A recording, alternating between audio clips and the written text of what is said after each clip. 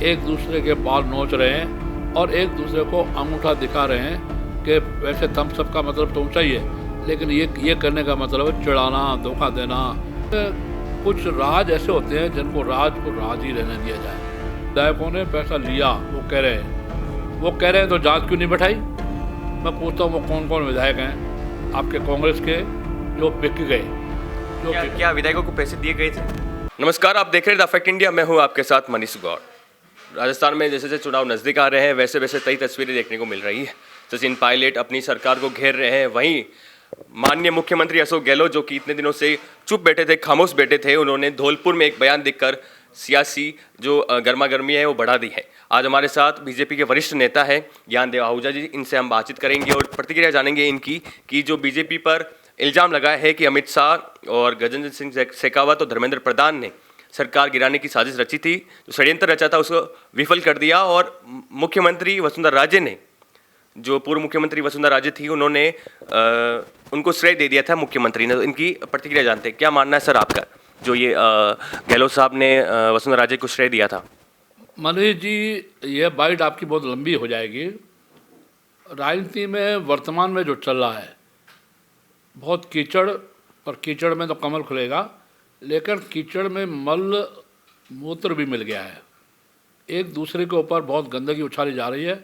जहां श्रीमान सचिन पायलट और श्रीमान अशोक गहलोत साहब पे, माननीय मुख्यमंत्री पे कीचड़ उछाल रहे हैं, वहाँ उन्होंने अप्रत्यक्ष रूप से कीचड़ उछाला है वो माननीय वसुंधरा जी, पूर्व मुख्यमंत्री, और श्रीमान हमारे माननीय कैलाश मेघवाल विधानसभा के अध्यक्ष भी रहे। स्पीकर पर इस ढंग से कीचड़ उछालना और वसुंधरा जी के लिए इस ढंग से बोलना, क्या सही क्या गलत है यह तो समय बताएगा। लेकिन कुछ राज ऐसे होते हैं जिनको राज को राज ही रहने दिया जाए। यह रसोद्घाटन जो किया हुआ है, यह रसोद्घाटन माननीय मुख्यमंत्री श्रीमान अशोक गहलोत साहब को खुद को ही नुकसान पहुंचाएगा। और जिस ढंग के आरोप और प्रत्यारोप लग रहे हैं उसमें मुझे नहीं लगता कोई सच्चाई है। फिर भी अगर कहीं सच्चाई है तो वो इतना पैसा कहाँ से लाएंगे श्रीमान गहलोत साहब कि जिन विधायकों ने पैसा लिया वो कह रहे हैं तो जांच क्यों नहीं बैठाई? वो कह रहे हैं तो बाकी एसओजी की जांच आप बैठा रहे हैं, लेकिन इसकी एसओजी की जांच क्यों नहीं बैठाई? क्योंकि जो मानेसर में विधायक गए उनमें से एक की मृत्यु हो गई, स्वर्गीय मोहनलाल शर्मा स्वर्गीय हो गए, और बाकी विधायकों के आपने जांच क्यों नहीं बैठाई? किसने कितना पैसा लिया? तो आपने केस दर्ज क्यों नहीं किया? और केस दर्ज नहीं किया, अब आप कह रहे हैं वो पैसा लौटा दो, ईमानदार बनो। अरे ईमानदार तो आप नहीं है। आप ये कह रहे हैं कि अगर पैसा कम पड़ गया तो मैं दूंगा। कहाँ से दोगे? किस नंबर 2 के पैसों को इन विधायकों को दोगे? मैं पूछता हूँ वो कौन कौन विधायक हैं आपके कांग्रेस के जो बिक गए? क्या विधायकों को पैसे दिए गए थे? बिकाऊ हो गए, उनको पैसे दिए गए या नहीं दिए गए इसे जांच का विषय है। मैंने कहा मैं इसके बारे में कुछ नहीं कहूँगा, पर यह ज़रूर है कि मेरे जैसे व्यक्ति को बहुत व्यथित कर रहा है यह कीचड़, ये गंदगी उछालना। इसमें माननीय वसुंधरा जी का कुछ नहीं बिगड़ेगा और नहीं बिगड़ेगा कैलाश मेघवाल जी का। बिगड़ेगा तो अकेले सिर्फ श्रीमान अशोक गहलोत साहब का। उन्होंने राजनीतिक स्टेटमेंट देना थोड़ा समझदारी बरतनी चाहिए। वो मेरे मित्र है, मैं उनको श्रीमान कह के बुलाता हूँ, माननीय मुख्यमंत्री कहता हूँ। क्यों, मैं विधायी कार्य से जुड़ा विधायक रहा तो किसी को अपमानपूर्वक शब्द मैं नहीं बोलता, परंतु यह उनका राजा खड़ा धौलपुर में बोलना यह बहुत ही आपत्तिजनक है। और बहुत ही किसी बीमारी से ग्रस्त कोई व्यक्ति हो ना, ऐसा भाषण। गजेंद्र सिंह शेखावत कह रहे हैं कि वो एक नंबर के झूठे हैं मुख्यमंत्री गहलोत। शेखावत साहब क्या कह रहे हैं, कौन क्या कह रहे हैं, उनके शब्दों को मैं नहीं बोलूँगा, पर यह ज़रूर है कि यह कुल मिला के जाँच का विषय है और इन्होंने जाँच मुख्यमंत्री जी ने बैठानी चाहिए। हाँ, सचिन पायलट अपनी प्रेस वार्ता करने वाले हैं कुछ ही देर में, 12 बजे के आसपास। हम वहाँ भी जाएंगे, तो क्या कुछ नया मुद्दा कुछ छेड़ने वाले हैं वो इसी मुद्दे को कहेंगे कि मैंने आरोप जो लगाया था माननीय मुख्यमंत्री श्रीमान अशोक गहलोत पे, तो इसी बात को वो दोहराएंगे। मुझे लगता है वो क्या बोलेंगे, उनके शब्दों को आज मैं क्यों बोल दूँ, उनको बोलने के बाद ही कोई कमेंट्स देंगे। राजस्थान की पूर्व मुख्यमंत्री वसुंधरा राजे कहती है कि जितना मेरी बेइज्जती गहलोत ने की है उतनी बेइज्जती कोई किसी ने नहीं की राजस्थान में आज तक। देखो, उनको ये कहना चाहिए स्वाभाविक रूप से। मैं वसुंधरा जी के साथ नहीं हूँ, खुलासा है बिल्कुल। लेकिन यह आरोप और यह बात श्रीमान गहलोत साहब की बिल्कुल गलत है, इसलिए माननीय वसुंधरा जी ने कहा है, बिल्कुल सही कहा है। मैं इस बात का माननीय वसुंधरा जी का समर्थन करता हूँ और उनको सहयोग दूंगा। बीजेपी लगातार प्रदेश में जन आक्रोश यात्रा कर रही है, क्या कांग्रेस को घेर पाएगी और विधानसभा चुनाव में जो अपना बहुमत ला पाएगी जन आक्रोश यात्रा के माध्यम से? देखो मनीष जी, कांग्रेस तो गई, ये चुनावी वर्ष है। पहले भी इन्होंने 2013 में खूब खील खांड गुड़ रेवड़ी बतासे बांटे थे। अब तो इन्होंने मिश्री भी बांटी है, और मैं कहूँगा इन्होंने शहद भी बांटी है, और बड़े राहत कैंप लगा रहे हैं, बिजली के छूट दे रहे हैं, पता नहीं क्या क्या दे रहे हैं। लेकिन इन राहत कैंपों से और बिजली की छूट से या बाकी सब सुविधाओं से या आउट ऑफ वे जाके पेंशन देने से अब इनको कोई लाभ नहीं होने वाला। जनता सब समझती है, ये पब्लिक है, सब जानती है, ये पब्लिक है, जनता सब समझती है कि चुनावी वर्ष है, इसलिए ये सब आप कर रहे हैं। हंस हंस करके आप कह रहे हैं मैंने ये दिया, मैंने वो दिया, मैं ये दूंगा। मैं देता नहीं थकूंगा, तुम लेते थकोगे। यह बोलना आप 4 वर्ष पहले क्यों नहीं बोला, 5 वर्ष पहले, 3 वर्ष पहले क्यों नहीं बोला, 2 वर्ष पहले क्यों नहीं बोला, 1 वर्ष पहले क्यों नहीं बोला, ये चुनावी वर्ष में क्यों बोल रहे हैं, ये मुझे भी आश्चर्य है। राजनीतिक परिपक्वता नहीं है चुनावी वर्ष में बोलना कि मैंने इतना दिया, मैंने इतना दिया, मैं इतना दूंगा, और मैं देता देता थक जाऊंगा, तुम लेते लेते, मैं लेता था नहीं थकूंगा, तुम लेते लेते थक जाओगे। यह अपरिपक्वता परिपक्व शब्द है। 10 मई को प्रधानमंत्री नरेंद्र मोदी का राजस्थान में दौरा है, उससे एक दिन पहले 9 मई को राहुल गांधी भी आ रहे हैं यहाँ पे। और तो मतलब राजस्थान में जो सियासी उठापटक चल रहा है, इस पर इन दोनों की नेताओं की नज़र तो रहेगी, जो कांग्रेस में जो बीजेपी में हो रहा है। देखिए, श्री राहुल गांधी के बारे में शायद मैंने आपके चैनल पर बोला है या नहीं बोला, और जगह 2 जगह बोला। रहमन जिव्या बावरी कर गई स्वर्ग पाताल, स्वर्ग पाताल को ये कर दिया। रहमन जिव्या बावरी कर गई स्वर्ग पाताल, आप तो कह अंदर गई जूती खास कपाल। राहुल गांधी जी क्या बोलते हैं और क्या नहीं बोलते हैं। कहीं वो कहते हैं मंदिर में जाने वाले लड़के या लोग बाहर आने के बाद लड़कियों को छेड़ते हैं, कहीं वो आलू की चिप्स सोने में बदल रहे हैं, और कहीं वो 22 रुपये लीटर में आटा बेच रहे हैं। वो कहाँ क्या बोलते हैं, उनकी जिह्वा पर कोई कंट्रोल नहीं, और उन पर किसी कांग्रेस नेता का कंट्रोल नहीं। राष्ट्रीय अध्यक्ष श्रीमान खड़गे जी का भी और श्रीमती सोनिया गांधी पूर्व अध्यक्ष का भी, उन पर कोई कंट्रोल नहीं, और उनका अपने जिह्वा पर कंट्रोल नहीं।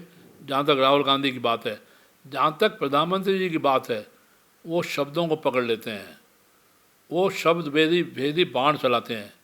श्रीमती सोनिया गांधी ने 4 दिन पहले कर्नाटक में बोल दिया, मैं कर्नाटक की स्वतंत्रता, स्वायत्तता और यहाँ का जो कर्नाटक का अस्तित्व ख़त्म नहीं होने दूंगी। तो कर्नाटक क्या अलग देश है, क्या अलग राष्ट्र है क्या? इस बात को लेकर भारतीय जनता पार्टी ने स्वायत्तता के बारे में, स्वतंत्रता के बारे में और चुनाव आयोग को भी शिकायत की है। चुनाव आयोग ने, और श्रीमती सोनिया गांधी कांग्रेस के अब अध्यक्ष नहीं है, लेकिन श्रीमान खड़गे साहब को नोटिस भी दिया है। इसलिए कहाँ क्या बोलना, किन शब्दों को बोलना। माननीय नरेंद्र मोदी एक दिव्य पुरुष हैं, वो शब्द वेदी बाण चलाते हैं। उन्होंने इन शब्दों को पकड़ लिया और चुनाव आयोग को शिकायत भी कर दी, और वहाँ पर भी इन शब्दों को लगातार दोहराया। आप कह रहे हो कि नरेंद्र मोदी दिव्य पुरुष है, लेकिन उनके खिलाफ तो बयानबाजी हो रही है, जैसे कि खड़गे कह रहे हैं कि नरेंद्र मोदी जहरीला सांप है। और कुछ महीने पहले जो प्रभारी राजस्थान के सुखजिंदर सिंह रंधावा, उनका भी बयान आया। उन्होंने कहा कि अगर देश को बचाना है तो मोदी को खत्म करो। ऐसे बयान आ रहे हैं उनके खिलाफ। तो रंधावा जी का, श्रीमान रंधावा जी कहूँगा, श्रीमान रंधावा जी का पंजाब में कोई अस्तित्व नहीं है। जिनका अस्तित्व कांग्रेस में नहीं होता उनको प्रभारी बना के भेज देते हैं। अजय माकन 1 बार 2 बार हार गया दिल्ली में, उनको प्रभारी बना के भेज दिया। विवेक बंसल और अविनाश पांडे का कोई अस्तित्व नहीं यूपी में, उनको प्रभारी बना के भेज दिया। तो राजस्थान के प्रभारी उनको बनाते हैं जिनका अपना कोई अस्तित्व नहीं है। वो किसके बारे में क्या बोलते हैं, माननीय मोदी जी के बारे में हल्का उन्होंने बोला। अब इसका मैं उत्तर इसलिए नहीं दूंगा कि मैं रंधावा साहब का सम्मान करता हूँ, पंजाब से चल के राजस्थान में आए, इसलिए मैं इस बात को ज़्यादा नहीं दोहराऊँगा। जहाँ तक कि खड़गे साहब को वजन दूंगा, इसलिए वजन दूंगा कि राष्ट्रीय अध्यक्ष हैं और वो 81 वर्ष के हैं, 80 वर्ष को पार कर गए। और वो राष्ट्रीय अध्यक्ष पहले गुजरात में उन्होंने माननीय मोदी जी को रावण कहा, तो गुजरात में कांग्रेस का सुपड़ा सांप। अब उन्होंने सांप कहा है, तो उन्होंने तो कहा मैं भगवान शिव के गले का सांप हूँ, हाँ मैं सांप हूँ भगवान गले। माननीय मोदी जी को मैंने कहा ना शब्द भेदी बाण चलाना आता है, तो खरगे साहब का ही नुकसान हुआ कि उन्होंने पहले रावण कहा, अब सांप कहा। इसका नुकसान कांग्रेस को ही होगा। बीजेपी को, भारतीय जनता पार्टी को, माननीय मोदी जी को या बीजेपी के नेतृत्व को इसका कोई नुकसान नहीं वाला। जय हिंद, जय भारत।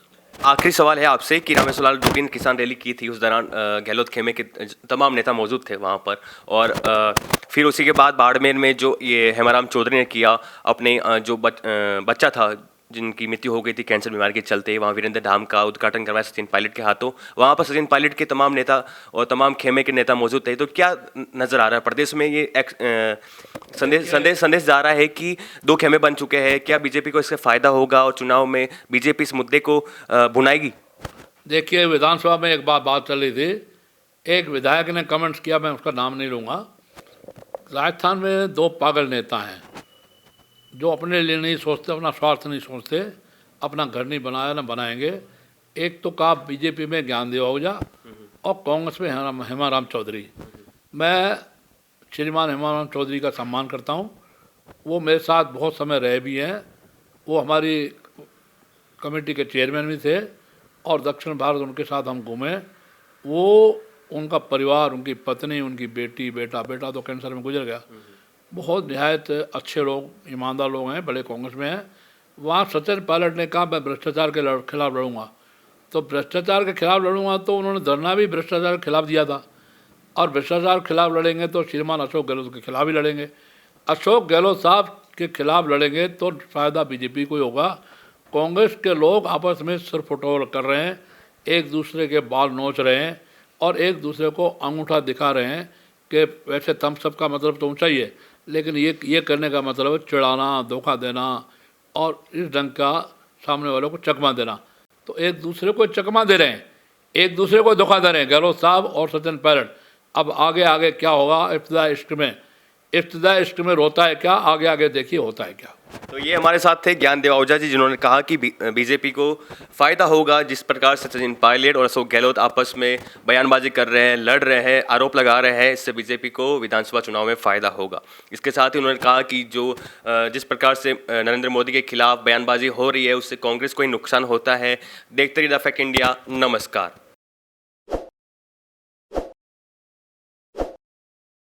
ताज़ा खबरों के लिए विजिट करें द फैक्ट इंडिया की वेबसाइट और डाउनलोड करें द फैक्ट इंडिया ऐप।